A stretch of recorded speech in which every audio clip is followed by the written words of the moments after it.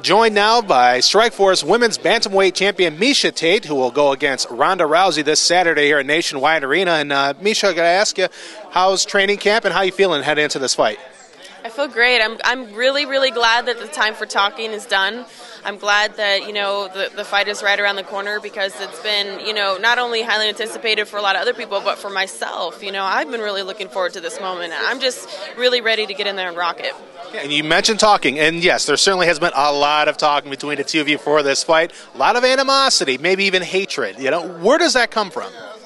Well, I just think that, Ronda has been so self-absorbed and so self-righteous about this whole thing. It's really been very self-centered, and granted, I think that the trash talking and whatnot has created more eyes on the women's MMA. It's created more drama and this and that, and for that sake, I think that it's good, but I definitely don't believe that was Ronda's intention for, all of women's MMA to benefit. I think it was for Ronda to benefit because she talked her way into the title fight. She didn't do it for anybody else. She's pretty, pretty self-centered, like I said about that, and, kind of thinks that we should kiss the ground that she walks on, so... to me, it's whatever. It's too late for her now. She can't back out of it now. So. And obviously, there's a lot of emotion involved. How difficult is it for you, and this is probably more than any other fight that you've had, where there's been a lot of emotion involved with the trash talking and an animosity. How difficult is it for you to be able to keep that in check, to keep your emotions in check and focus on the task at hand, retaining your belt? Well, I mean, it's hard when I can't reach across the table and just strangle her or punch her, you know what I mean? Because I really want to. So for me to keep that in, that's a little bit difficult. But I think when come fight time and I'm able to release all that, it's not going to be a problem for me. I've always considered myself a pretty smart fighter. I'm going to pick the shots, and the ones that I pick, I'm going to make them count. I'm not going to go out there and let my emotions just consume me and go crazy and get caught in something stupid. You know what I mean? I'm definitely going to go out there and keep my cool. But, I have a lot of pent-up, emotion and aggression coming into this fight, and I don't even know exactly what to expect from myself because this is a new experience somewhat for me, having so much on the line and really just like my pride on the line too, honestly. It's not just about the fight, but I really don't like this girl and I cannot stand the thought of losing to her. And with Ronda, none of her fights have lasted past, I think, 48 seconds as a professional or as an amateur in MMA. Do you feel the longer this fight goes, the more that's advantageous towards you? I mean, you've fought, 3-4 rounds before.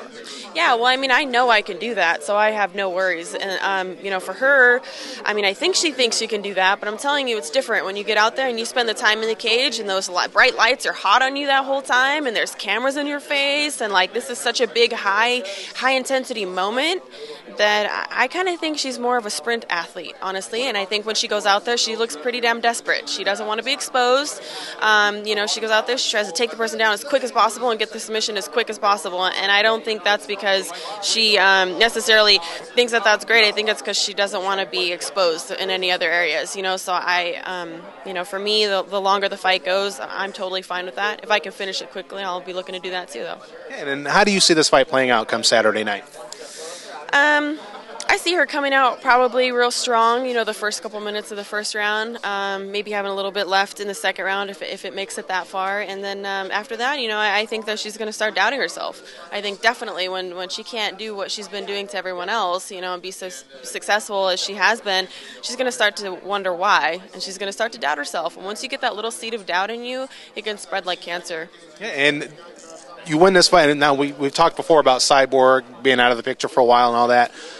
Now, the two of you are the face of women's MMA. You win this fight, you will be the face of women's MMA. Talk about all that implies and all that goes with that.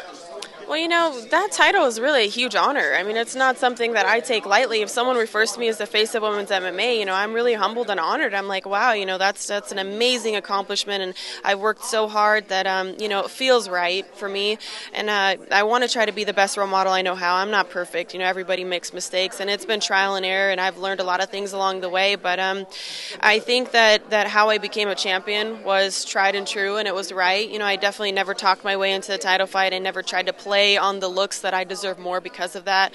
I did. I beat two girls in one night to become the #1 contender, and I submitted a girl who had never been submitted in her 10-plus year career. Most her wins by submission, so it's definitely not a fluke that I'm here, and I want to show that. All right, great. Well, Miesha, thanks a lot for your time. Good luck Saturday. Thank you. All right, Miesha Tate putting her Strikeforce Women's Bantamweight title on the line this Saturday night against Ronda Rousey.